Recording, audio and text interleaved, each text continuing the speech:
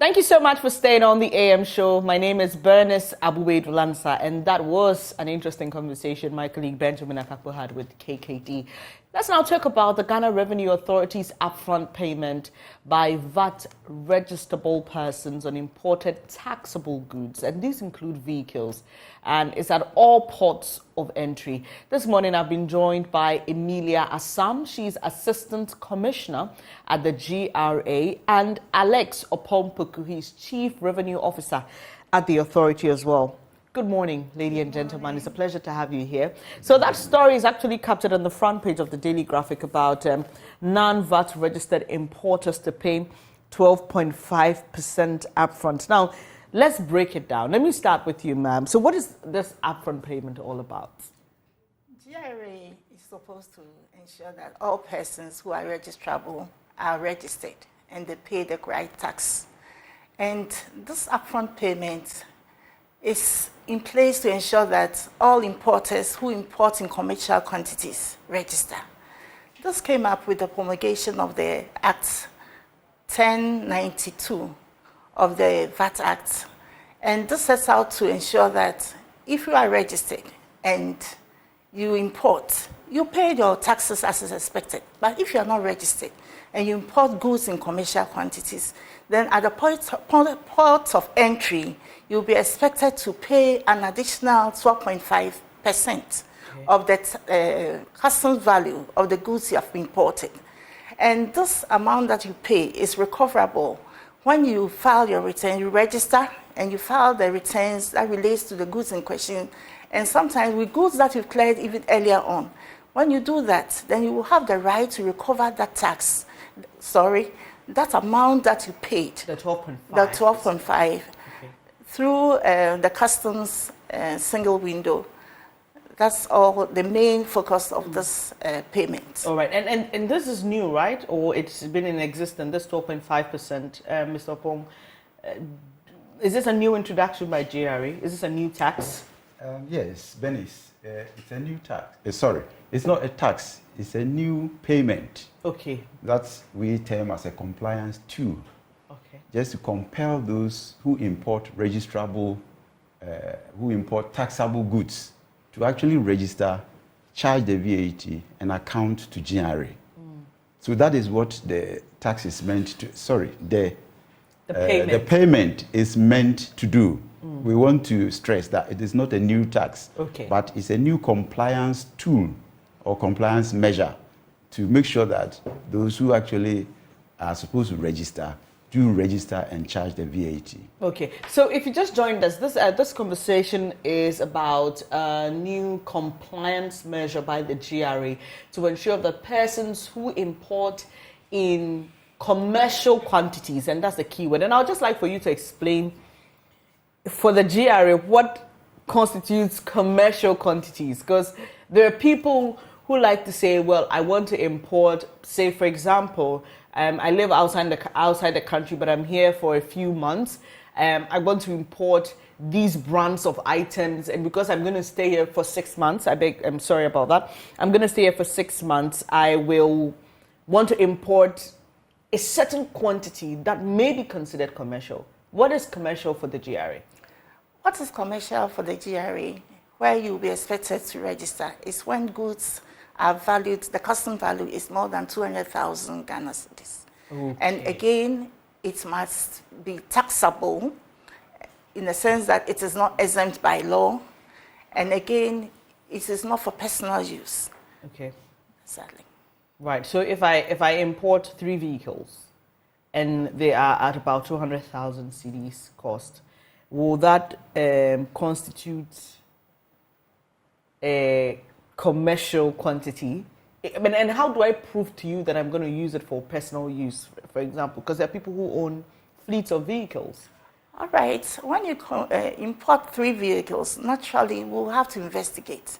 There you have to prove by submitting records to the GRA and apply to ask for waiver if they investigate and realize that the goods that you brought in, the 3 vehicles, should be considered as personal use. Then they will give you that waiver so that you don't pay the upfront tax. Okay. But naturally, for one person to bring in 3 vehicles at a time is questionable, and definitely GRA will not allow you to have waiver for all the vehicles.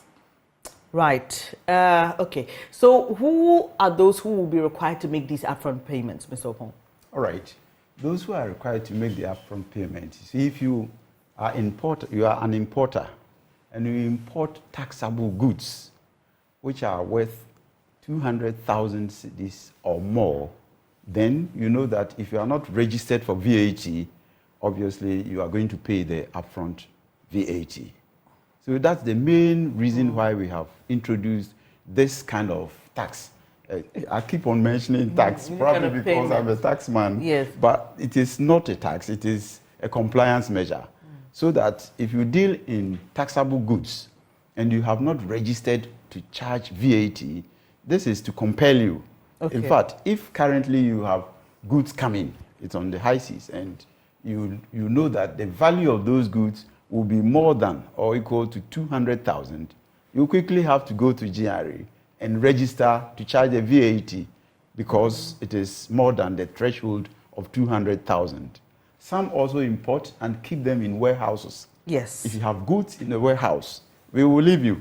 But if you are going to offload, if you are going to take from the warehouse to go and sell, and the value is more than 200,000, again, you need to make this upfront payment. And it is to compel you to register for VAT because the VAT registration threshold is 200,000 Ghana cedis. Okay. So what category of imports are eligible for these upfront payments? All right. First, we look at also goods that have been imported that are subject to auction. If you are going to auction goods, then naturally all taxes that should have been paid on it must be paid. Then we also look at those who have, he said it earlier on, those who have goods in bonded warehouses. If they want to sell those goods, then we'll have to let you pay the upfront payments. Okay. So it means that there are no goods exempted? Unless, of course, it is exempted by law. Okay. These exemptions, for example, the VAT law has an exempt schedule. The Customs law also has exempt schedule. And we also have the Exemption Act that defines goods that are supposed to be exempted. So, okay. For example, we can have, if it is not listed in these exempt schedules, then naturally it is taxable. And if you bring them in, then you are expected to pay the upfront tax if you are not registered. Okay. However, since these things are listed, there are exemptions and there are, in some cases, reliefs. For example, if you import goods that are not valued more than 200,000 Ghana cedis, then naturally you will not be expected to make the upfront payment. Right. And again, government institutions and agencies, they are also not expected. And we also have categories of goods or transactions that we classify as exempt. For example, the VAT law specifies that if you import, for example, machinery for maybe mining or agric, those ones are exempt. If you bring in said goods, then naturally you will not be expected to pay the upfront payment. That is even if you're not registered? Even if you are, you must be registered. For every person doing business in Ghana, you must register. However, I know our target is not necessarily those who are already registered. In as much as that will give us information to follow up on those who bring in goods and do not pay the right tax. The focus of this particular upfront payment is to ensure that those who are not registered are registered, they file their returns and make payments. So we have also transactions like from pre-zone companies who by law are not expected to pay taxes because they are not considered as resident entities. We also have goods that are brought in as transit goods or transshipment. Or we have goods that are brought in and they are under bond. If it's on a bond, for example, a manufacturing bond, then it's expected that you produce and after production, you make the payment. So for said goods, you will not be expected to pay the upfront, make the upfront payment. Right. So, I mean, let's just be clear on this, that you make the upfront payment if you are not registered. Yes. So for all those who are importers who are registered, this is not something for you to worry about. Exactly. All right. So these upfront payments, are they recoverable? Let me add to the category of persons that are exempted. We have another category of persons who are relieved. They are relieved by law. So when you look at the VAT Act, when you look at the state schedule, it talks about the president. If goods are imported in the name of the president for his office, then those goods will be exempted if even it's more than 200,000. Okay. Then we have diplomats and diplomatic institutions.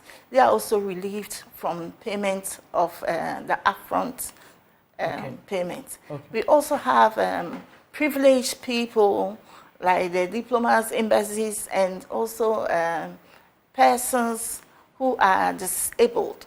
If some goods are coming from persons of this category, then they will not have to make the upfront payment. Let me be clear. So if the goods, for example, if these are wheelchairs, or if they are items that are supposed to support or help people or persons with disability live a more comfortable life, you don't tax it? Or is it that if I'm a person with disability, no matter what I import, I'm exempt? I want to get it clear. If goods are meant for disabled persons, that is where the exemption applies. However, you cannot just have it. You have to apply. Okay. You know, if you are expecting goods imports of this category, then you have to make an application to the Commissioner of GRA. Okay. Then through the single window of ICOMS for you to be, the taxes to be waived. Right. All right, Mr. Pompoku, how do we recover these upfront payments, and are they recoverable at all? Yes, these upfront payments are recoverable. You know, as stated earlier, they are just a measure that's supposed to compel you to register. So once you register, then you qualify to recover that amount you pay, the 12.5% of the custom valued amount of the goods.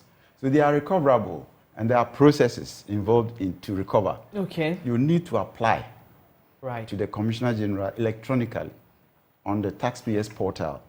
The taxpayers portal is known to these importers and the business people.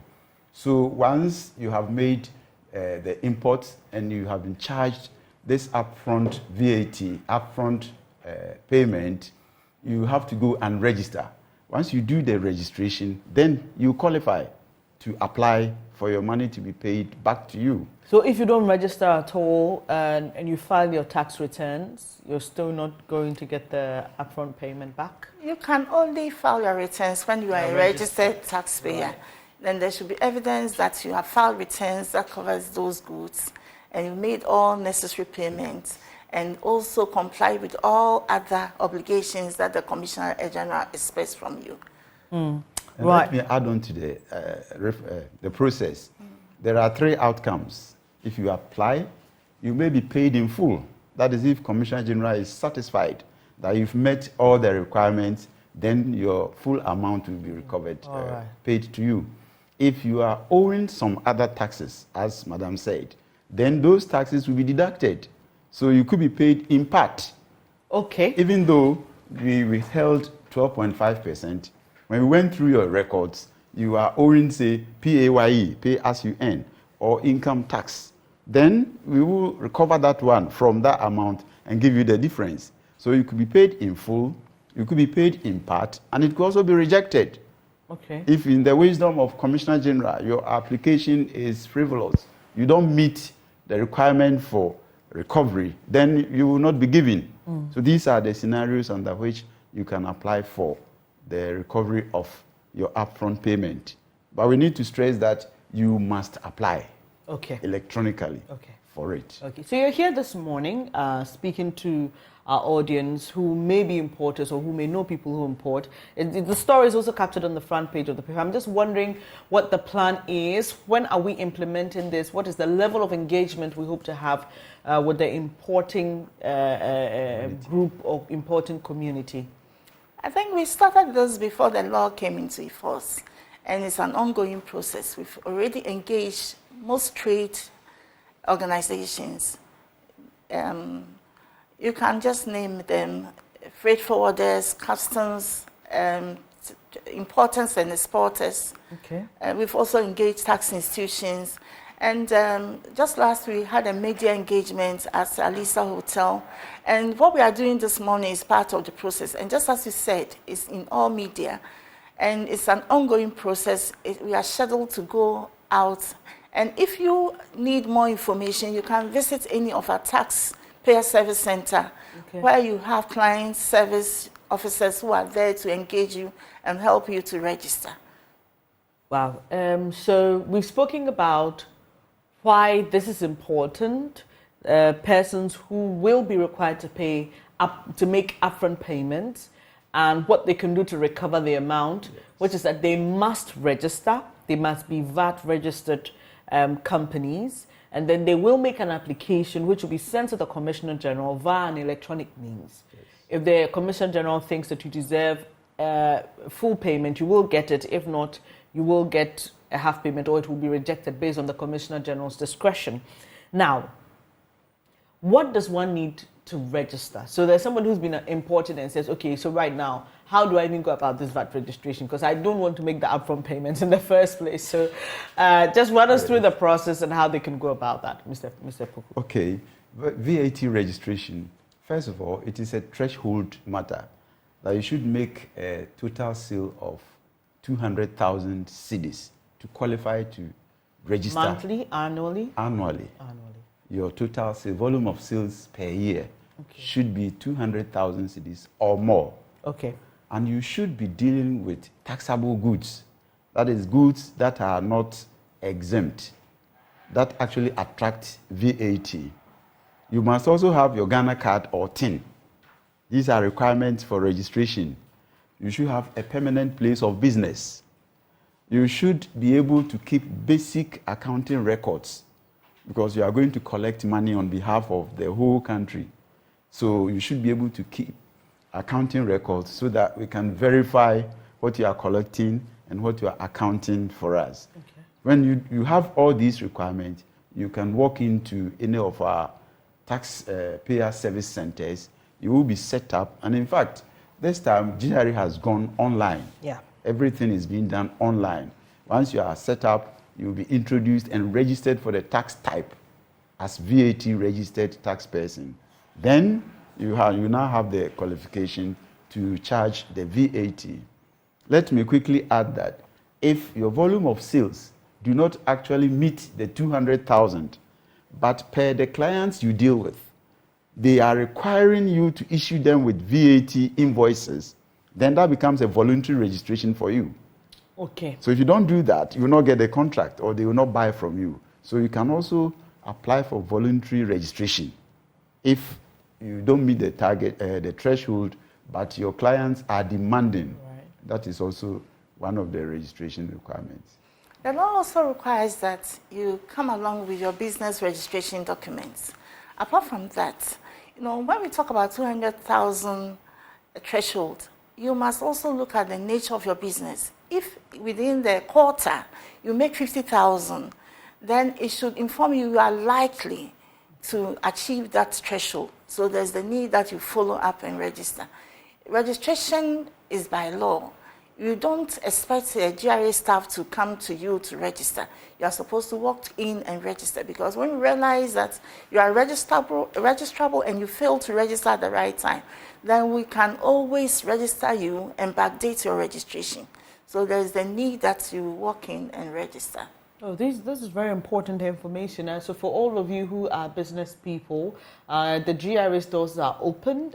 They have centers across the country where you can walk in and get more information.